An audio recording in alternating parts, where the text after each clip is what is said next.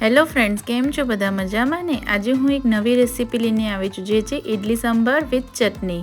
તો સાંભાર માટે મેં અહીંયા તુવરની દાળ 3 વાટકી લીધી છે. તમે તમારા મેઝરમેન્ટ પ્રમાણે લઈ શકો છો. આટલી દાળથી 4 પર્સન માટે ઇનફ છે.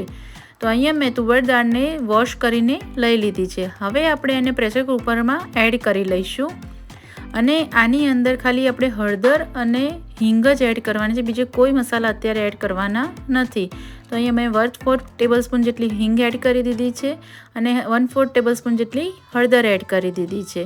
હવે આને આપણે પ્રેશર કુકરને બંધ કરીને મીડિયમ ગેસ પર 4 થી 5 સીટી વગાડી લઈશું. ત્યાં સુધી આપણે બાજુમાં ચટણી માટેની પ્રિપરેશન કરી લઈએ. તો અહીંયા મેં એક કડાઈમાં 1 થી 2 ટેબલસ્પૂન જેટલું તેલ એડ કર્યું છે. તેલ ગરમ થાય એટલે એમાં મેં હિંગ એડ કરી છે અને 2 થી 3 ટેબલસ્પૂન જેટલી અડદની દાળ એડ કરી છે. આમાં તમે ચણાની દાળ પણ એડ કરી શકો છો, પણ અડદની દાળથી ટેસ્ટ આખો અલગ આવે છે. તમે એકવાર આને બનાવીને ટ્રાય કરી જોજો. દાળ 1 થી 2 મિનિટ માટે આપણે સતરાઈ જાય એટલે આમાં મેં લાલ મરચાં એડ કર્યા છે અને મારી પાસે લીલો લીમડો નહોતો એટલે મેં ડ્રાય લીમડો એડ કર્યો છે અને થોડીક એવી આમલી એડ કરી છે. અને તમારી પાસે લાલ મરચું ના હોય તો તમે એની જગ્યાએ લીલું મરચું પણ ઉપયોગમાં લઈ શકો છો, તો એનો કલર થોડો વ્હાઈટ રહેશે. અહીંયા મેં 1 બાઉલ જેટલી શિંગદાણા લીધા છે, શેકેલા છે. તમે શેકીને જ લેવા, આમાં કાચા શિંગદાણાનો યુઝ ના કરવો. 1 થી 2 મિનિટ માટે આ બધી વસ્તુને આપણે શેકી લઈશું. જો તમે ચટણીનો કલર રેડ કરવા ઈચ્છતા હોય તો આમાં લાલ મરચું એડ કરવું, નહીં તો તમે ગ્રીનમાં પણ કરી શકો છો. અને અહીંયા મેં 1 બાઉલ જેટલી ડેસિકેટેડ કોકોનટ એટલે કે ટોપરાની છીણ લીધેલી છે. જો તમારી પાસે ફ્રેશ કોકોનટ હોય તો તમે આની જગ્યાએ ફ્રેશ કોકોનટ પણ એડ કરી શકો છો. એને પણ 1 થી 2 મિનિટ માટે શેકીને મેં આની અંદર થોડાક એવા કોથમીર એડ કરી છે. તમારી પાસે ના હોય તો તમે સ્કીપ કરી શકો છો. અને હવે ગેસ બંધ કરીને મેં 1/2 ટેબલસ્પૂન જેટલું સોલ્ટ એડ કર્યું છે, જેથી એ બળી ના જાય આપણા મસાલા સાથે. એટલા માટે ગેસ બંધ કરીને જ એમાં એડ કરવું. હવે એ મિશ્રણ ઠંડુ થાય ત્યાં સુધી આપણે સંભારને જોઈ લઈએ. અહીંયા દાળ આપણી બફાઈ ગઈ છે, તો અહીંયા તમે વિસ્કરની મદદથી આમાં મિક્સ કરી શકો છો અથવા તો તમે ગ્રાઇન્ડરની મદદથી પણ આમને મિક્સ કરી શકો છો. તો અહીંયા મેં મિક્સ કરી લીધું છે. હવે એના વઘાર માટે હું એક કડાઈમાં 4 થી 5 ટેબલસ્પૂન જેટલું ઓઇલ એડ કરીશ. ઓઇલ ગરમ થાય એટલે આમાં હું 1 ટેબલસ્પૂન જેટલી રાઈ એડ કરીશ. અને રાઈ ક્રેકર થાય એટલે આમાં હું 1/2 ટેબલસ્પૂન જેટલી હિંગ એડ કરીશ. તમે પણ આવી જ રીતે એકવાર જરૂરથી ચટણી અને સાંભાર બનાવી જોજો. તમને ખરેખર બહુ જ મજા આવશે. અને તમને આવી બીજી કોઈ રેસીપી જોઈતી હોય તો મને કમેન્ટમાં જરૂરથી જણાવજો.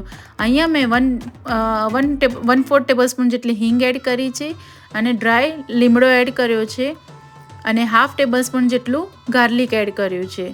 જો તમારી પાસે ગાર્લિક ના હોય તો તમે આને સ્કીપ કરી શકો છો. હવે ગાર્લિકને 1 થી 2 મિનિટ સુધી આપણે સાંતળી લઈશું. અહીંયા તમે તમારા વેજીટેબલ પસંદીદાર એડ કરી શકો છો. અહીંયા મેં કેરેટ એડ કર્યું છે, 1 અનિયન એડ કરી છે અને 1 ટમેટો એડ કરવાની છું. અહીંયા તમે સરગવો એટલે કે ડ્રમસ્ટિક પણ એડ કરી શકો છો. આમાં રીંગણ પણ તમે એડ કરી શકો છો, પણ મારી ડોટર ડ્રમસ્ટિક અને સરગવો નથી ખાતી એટલે મેં આમાં એડ નથી કર્યો.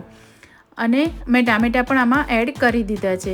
હવે આમાં ખટાશ માટે મેં થોડીક એવી આંબલીને 1 ચમચી જેટલી આંબલીને ગરમ પાણીમાં એડ કરીને મૂકી દીધી હતી 10 થી 15 મિનિટ માટે. એ પાણીને હું આમાં ગાળીને એડ કરી દઈશ. હવે આ મિશ્રણમાં આપણે સંભાર મસાલો એડ કરીશું. સંભાર મસાલો તમે તમારા ટેસ્ટ પ્રમાણે એડ કરી શકો છો. હવે આ બધા મિશ્રણને આપણે એકવાર મિક્સ કરી લઈશું અને 5 થી 10 મિનિટ માટે એમાં ચડવા દઈશું, જ્યાં સુધી તેલ છૂટું ના પડે ત્યાં સુધી.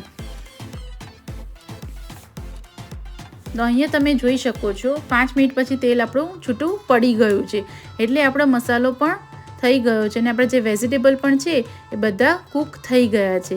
હવે જે આપણે દાળ બોઇલ કરીને રાખી હતી એ આપણે આમાં મિક્સ કરી લઈશું. અને તમે મસાલા તમારા ટેસ્ટ પ્રમાણે તમે એડજસ્ટ કરી શકો છો. તો અહીંયા તમે જોઈ શકો છો દાળ એડ કર્યા પછી આપણે 10 થી 15 મિનિટ સુધી આને બોઇલ આવવા દઈશું. તો અહીંયા તમે જોઈ શકો છો બોઇલ આવવા લાગ્યું છે. હવે આપણે 5 થી 10 મિનિટ સુધી આને બોઇલિંગ થવા દઈશું, જેથી કરીને દાળના મસાલા બધા પ્રોપર મિક્સ થઈ જાય. અને સંભાર તમે જોતા હોય તો દરેક જણને બધાની અલગ અલગ રીતથી બનતો હોય છે. તો તમે પણ આ એકવાર ટ્રાય જરૂરથી કરી જોજો. તો હવે આ બોઇલ થવા લાગ્યો છે અને 10 મિનિટ થઈ ગઈ છે. તો આપણો સંભાર હવે ગેસ બંધ કરીને કોથમીરથી ગાર્નિશ કરીશું. હવે આપણે સંભારને સાઈડમાં રાખીએ અને ઇડલી બનાવીએ.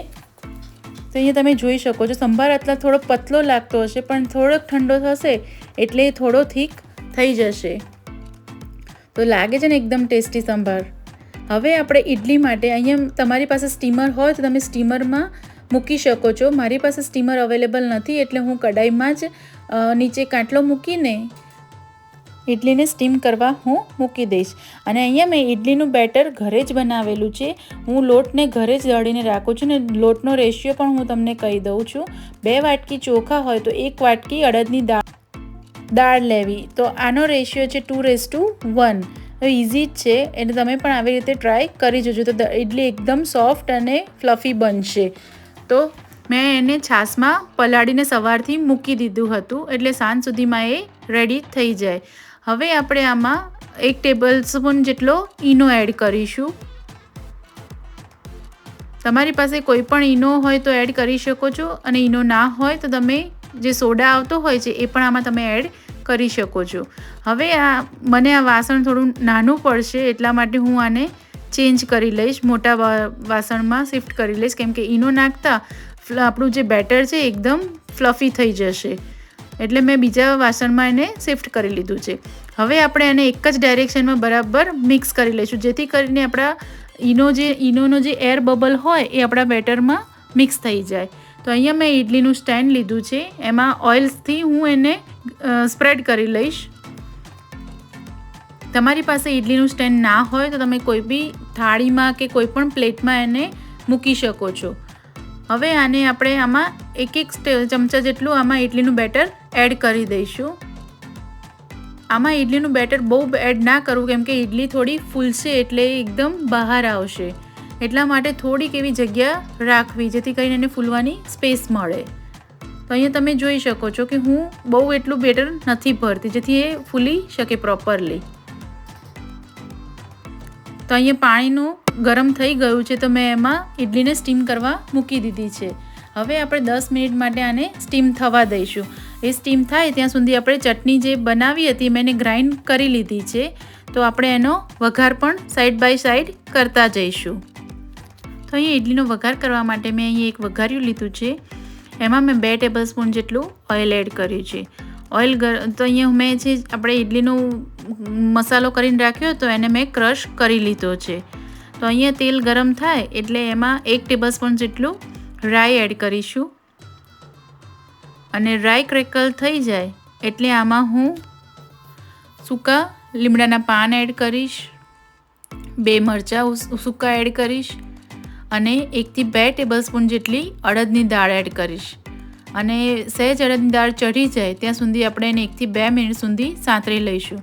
અને આ વઘારને આપણે જે ચટણી બનાવી છે એની ઉપર એડ કરી દઈશું.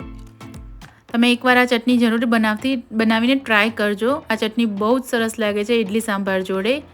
તો અહીંયા તમે જોઈ શકો છો મેં વઘાર એડ કરી દીધો છે અને હવે હું ચટણીને મિક્સ કરી લઈશ. તો આ આપણી ઇડલી સંભારની ચટણી તૈયાર છે. ત્યાં સુધીમાં સાઈડમાં ઇડલી પણ આપણી થઈ ગઈ છે. તો આપણે નાઈફ નાખીને એકવાર ચેક કરી લઈએ. તો તમે જોઈ શકો છો કે નાઈફમાં ચોંટતી નથી. તો આપણે ઇડલીને પણ બહાર કાઢી લઈશું. તો આવી જ રીતે હું મારી બધી ઇડલી રેડી કરી લઈશ. તો અહીંયા તમે જોઈ શકો છો ઇડલી થોડીક ઠંડી થાય પછી આપણે એને મોલમાંથી બહાર કાઢવી, નકર તો ગરમ હશે તો ચીપકી જશે નીચે એટલા માટે.